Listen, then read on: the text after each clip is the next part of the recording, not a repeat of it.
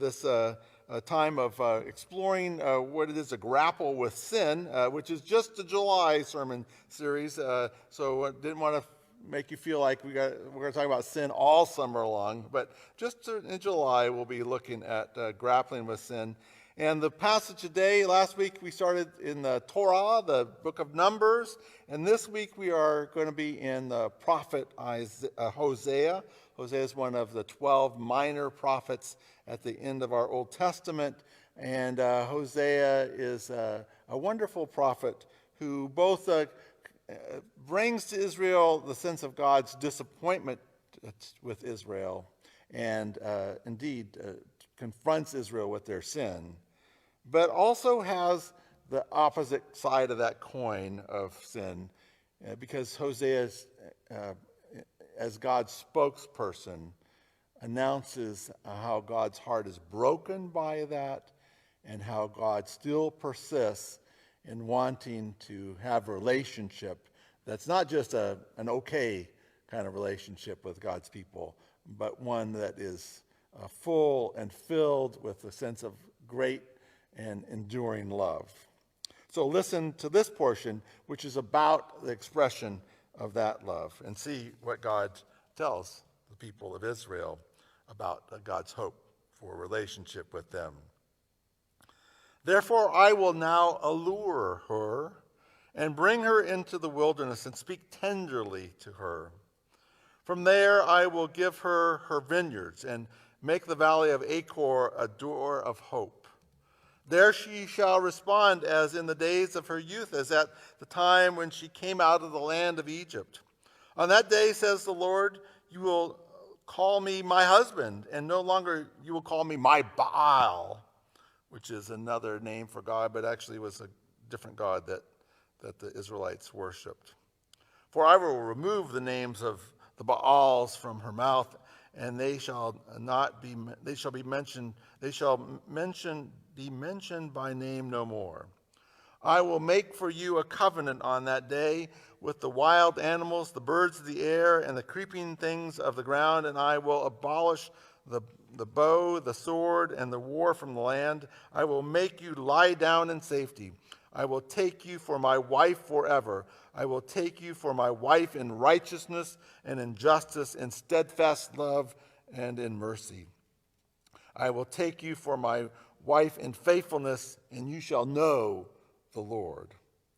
On that day I will answer, says the Lord. I will answer the heavens, and they shall answer the earth, and the earth shall answer the grain, the wine, and the oil. They shall answer Jezreel, and I will sow him for myself in the land, and I will have pity on Lo Ruhamah, which means not pitied. And I will say to Lo Ami, which means not my people, you are my people. And he will say, you are my God. So in the reading, this is the word of the Lord. Thanks be to God. Well, to start out today, I'm wondering if any of you have felt good about a change that has happened in you. I was looking back and could see some significant portions of my life where a good change came, and it made a difference. From the days as a teenager when I was involved in smoking marijuana and the like, and that change came to me, and it opened up a new way of life. From a time when I was going to a church and also had a teacher who was a Palestinian Christian and was not seen with a goodness by the church where I was going. I saw in a change needed there and left that place and found a sense of God's broader goodness for all. There's other changes that have happened as well, and I look back at those kinds of things as being good. But it seems like we have an outsized aversion to change in our world today. I hear this especially in politicians, and I mean that in a bipartisan manner. I don't hear any politicians these days ever admitting that they can change their mind or come to have a new perspective, seeing where they had been wrong before, because to do so seems to put them in a place of weakness and of indecision somehow. And their kind of refusal to admit mistakes pervades not only politics, but also our workplaces, our families, our schools, even in church. We are reticent to admit our weaknesses and our need for some kind of reversal in our life. And so a change is not something that we see, that we aspire to or want to have as a grasp. Maybe it's because the consequences are too ominous. I know sometimes if we say something, there's like a whole structure of things that come and penalize us because we have admitted to doing a wrong or doing something. It's not as if it's a free pass to start over again by admitting such things. Sometimes there's a perception that we are weak somehow if we admit that we've done wrong or need changed. I know last week after the Hamilton play came on to our television sets, Zach said he finally got to see what everybody was so excited about, and he posted something on Facebook, said, "I can see it. This is really a great play. I'm so glad I watched it," and now have joined the other half of the world who have seen it. Kate Rohrbaugh, in hearing that, also chimed in that it indeed is not only a wonderful play, but it's very emotional. She said, especially as it gets towards the end. And then I actually wrote on there as well that I could not get through the song "It's Quiet Uptown" without getting emotional, which is my way of saying I cry. You play that song, and I cry. And that is a little bit hard to admit. Alexander Hamilton and his wife Eliza in that moment have lost their son Philip, and it's a lot because Alexander Hamilton had done something wrong, had an illicit affair with a Maria Reynolds, and all of this came crashing down on them, and so now they are in a place of great grief and loss, which is what the song is about. It's quiet uptown. And then there's those words, forgiveness. Can you imagine? Forgiveness. And Eliza takes Alexander's hand, and it just gets me. And I can't go through it anymore. Change is resisted because we don't want to show weakness, because we don't want consequences from the exposure of the wrongs that we have done. And that is really its kind of connection with the sin, is that sin is maybe a way to help us to grapple with that and to see the kind of need for restoring, being in a different kind of restoration of our relationship with God and with one another. Barbara Brown Taylor has a short, little, insightful book called Speaking of Sins, which I often read. I read it over and over again. I read it for a couple of reasons. One is because I set a goal for myself to read so many books during the course of the year, and when I want to get a real quick book to read, I read Barbara Brown Taylor's Speaking of Sins, because I can read it almost like in a setting, in one sitting. And it's short, and I can check it off my list. There's one of my books I've read for the year. But also because she's so wonderful about talking about what sin is and why it is a difficult word for us. She says it's an old-fashioned word, one in our mainline churches, I'm sure as Anthony would attest, given me a hard time about, that we have kind of left out of our religious dictionary, even though it should have a prominent place there. It seems to be something in the scriptures where it has a prominent place.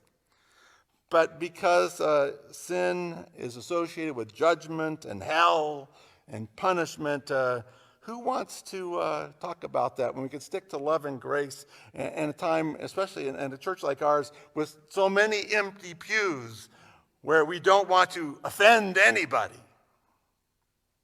Taylor puts that out there. But then she tells a story that illustrates kind of what sin is about and what frightens us about it. It's the story of a little boy who's been carried into a swimming pool by his grandfather. He's about 2 years old. And the grandfather, wants to hold him secure because he doesn't want to get loose and have something bad happen, because he's in a kind of a beautiful place, but also a place that has danger.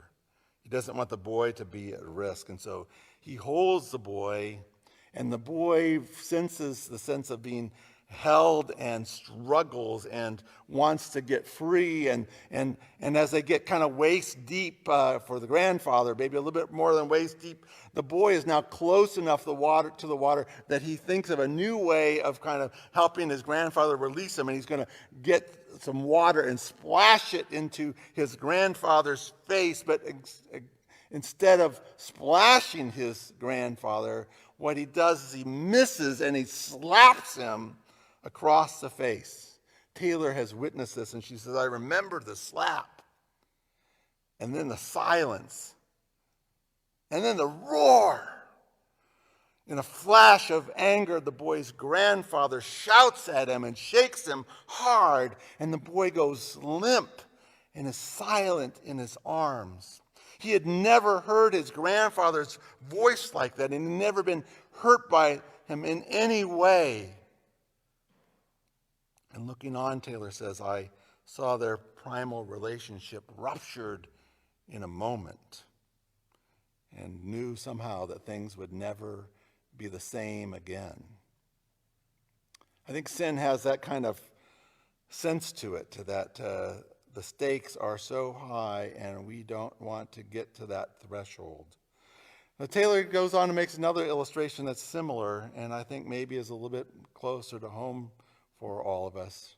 She talks about, as children, how we are told over and over again, don't touch the stove.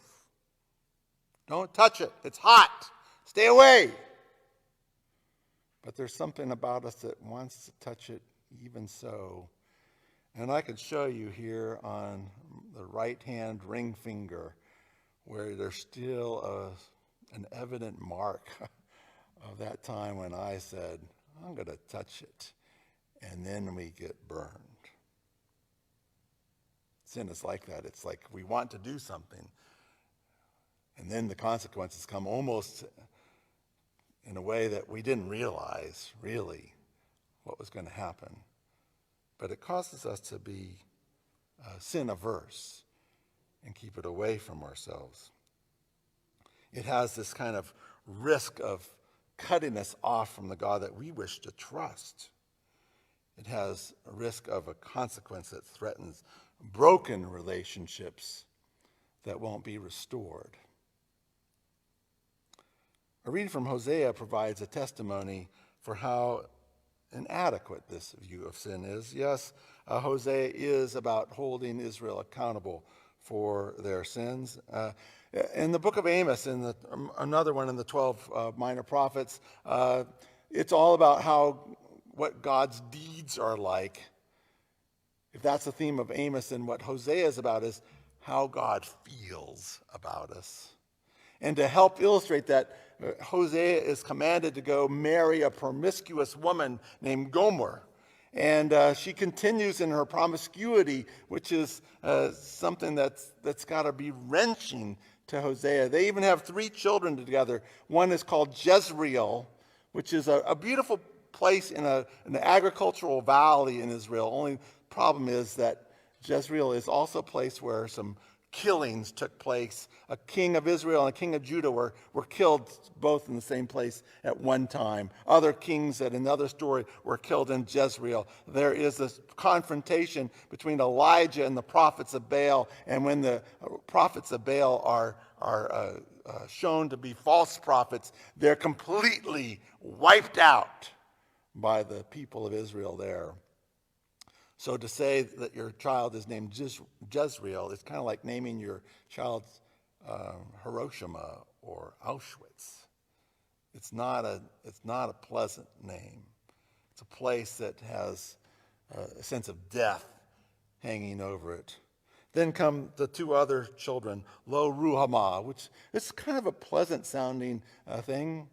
Ruhamah means mercy and compassion and pity. But lo Ruhamah means not mercy or compassion or pity. And finally, another son is born, and his name is Lo Ami. Ami is people, like my people, God's people. But to put that syllable lo in front of it means not my people. And so the marriage of Hosea and Gomer is one of a likeness of how Israel is in relationship with God in the same way. Israel is worshiping other gods, is mistreating the poor, is having a false sense of freedom to do whatever they want to do without concern for the other, without concern for consequence. And that's what it's like for God to be married to Israel, Hosea is saying. And in that marriage, God's heart is broken. And yet, besides that sense of drama and judgment, there is hope. There is a vision of God's reconciling with Israel and overcoming Israel's sin in a way that's just actually quite amazing. The vision is similar to what you might read in the book of the Song of Solomon, which is a romantic poem between two lovers who want to and eventually do get together. God is pursuing Israel in such a way that there can be a renewed romance, that there can be a love that's rekindled, that there could be something like out of that play. Just let me stand by your side. It would be enough. And she takes his hand. It's quiet uptown. Forgiveness. Can you imagine? Forgiveness. Can you imagine?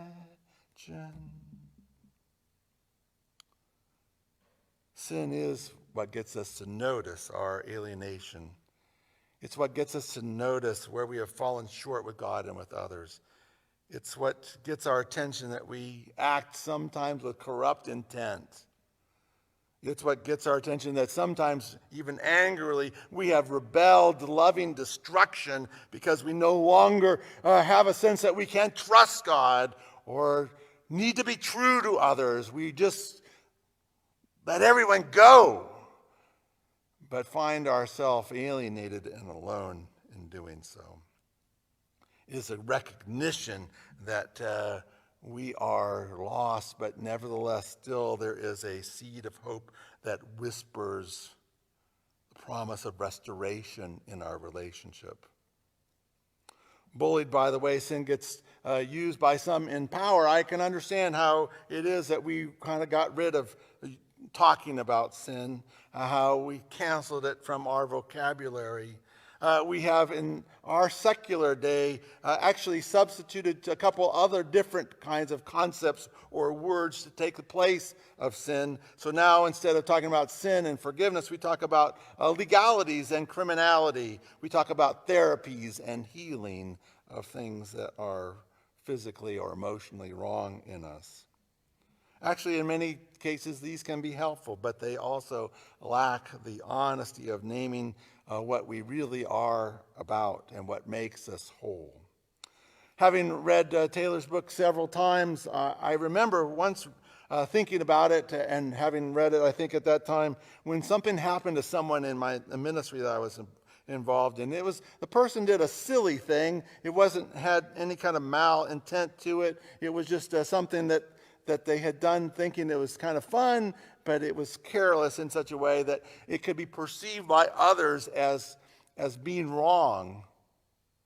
If we had looked at what happened in that situation as sin, then making an apology, having a little correction, coming to a sense of restoration would have worked. But instead, the perception of it got out of hand and people got upset about it and and made judgments, made almost criminal judgments. We're not very good with crime.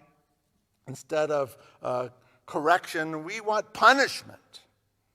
Instead of restoration, we want to push those who are deemed criminals out of sight and out of mind. And sometimes, and that's what the Black Lives Matter movement is saying, we criminalize people just because of the color of their skin. We have criminalized folks in ways that leads to their sense of loss of dignity, loss of humanity. It's like there's a bad spark plug in our car and we just take it out and discard it and put something else in its place. We do that with human beings, make them like parts of a machine instead of saying they are brothers and sisters. That's what we've substituted for sin, criminalization.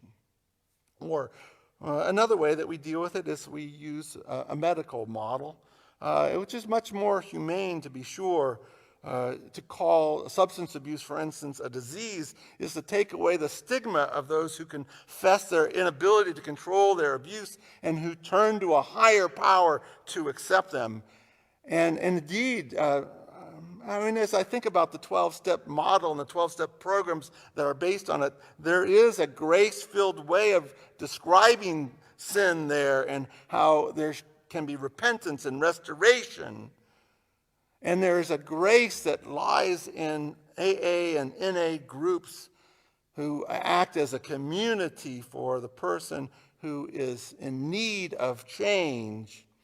And there are offered faith, hope, and love in ways that are well beyond what we in the church have been doing with our propriety and our privilege, thinking that's what Christianity is about, having lost the sense of a deeper value of God's grace.